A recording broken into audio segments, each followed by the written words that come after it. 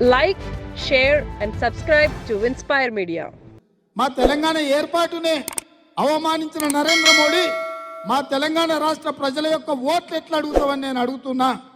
అందుకే ఇవాళ ఈ తెలంగాణ రాష్ట్రం నుంచి బీజేపీని బహిష్కరించాల్సిన అవసరం వచ్చింది.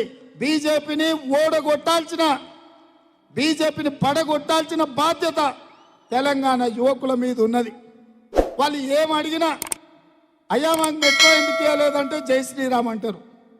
అయ్యా మాకు బయ్యారం ఉక్కు కర్మాగారం ఎందుకు ఇవ్వలేదంటే మేము హనుమాన్ జయంతి చేసినాం కదా అంటారు. అయ్యా బీజేపీ ఉట్టకముందు, నరేంద్ర మోడీ ప్రధానమంత్రి కాకముందు మా తండ్రులు తాతలు, వాళ్ళ తండ్రులు తాతలు ముత్తాతలు శ్రీరామనవమి చేసినాము, హనుమాన్ జయంతి చేసినాము, బోనాల పండుగ చేసినాము, బతుకమ్మ పండుగ చేసినాము, మైసమ్మకు ఎల్లమ్మకు పోషమ్మకు కోడి కోసినాం, కళ్ళు కోసినాం. మాకా మీరు వచ్చి చెప్పేది? ఇవాళ బీజేపీ వాళ్ళు వాళ్ళ దైవభక్తి అంతా రోడ్ల మీదనే చూపిస్తున్నారు. మనం అప్పుడప్పుడు బస్ స్టాండ్లో పోటీ లేకపోతే ట్రాఫిక్ సిగ్నల్ కాడ చూస్తాం, ఒక పెద్ద స్తంభాలంలో దేవుడు బొమ్మ పెట్టి కొంతమంది అడుక్కుంటుంటారు. అయ్యా ఈ దేవుని చూసి, అయ్యప్ప స్వామిని చూసి మాకేమని ఇయ్యని. అట్లా బీజేపీ వాళ్ళు కూడా శ్రీరాముని చూసి మా కోట్లు వేయండి అని అడుక్కునే పరిస్థితి ఈరోజు వచ్చింది.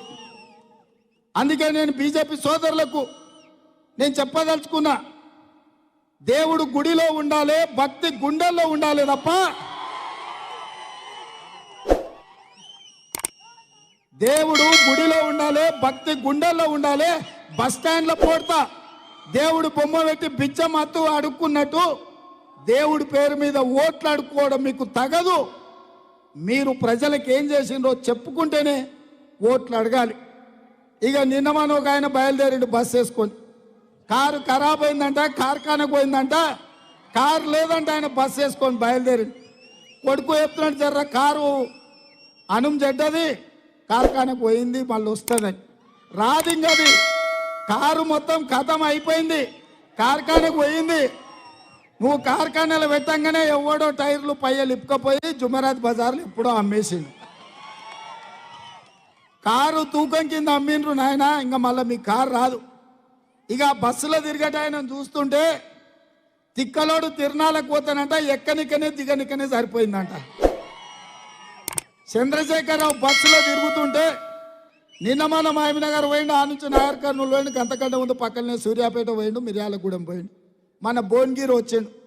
ఇక ఆయన ఎక్కనిక దిగనిక నలుగురు పట్టుకొని దించాల్సి వస్తుంది, 6 మంది పట్టి ఎక్కియాల్సి వస్తుంది. ఏం పొడిచినవా?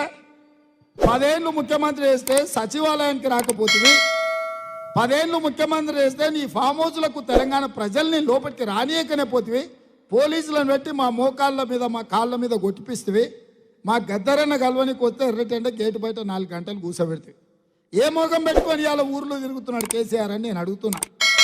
ఓడిండు కాబట్టి, ఉద్యోగం ఊడింది కాబట్టి ఇవాళ మళ్ళా అచ్చుకనో పుచ్చుకనో చేసి కొంగ జపం చేస్తున్నాడు.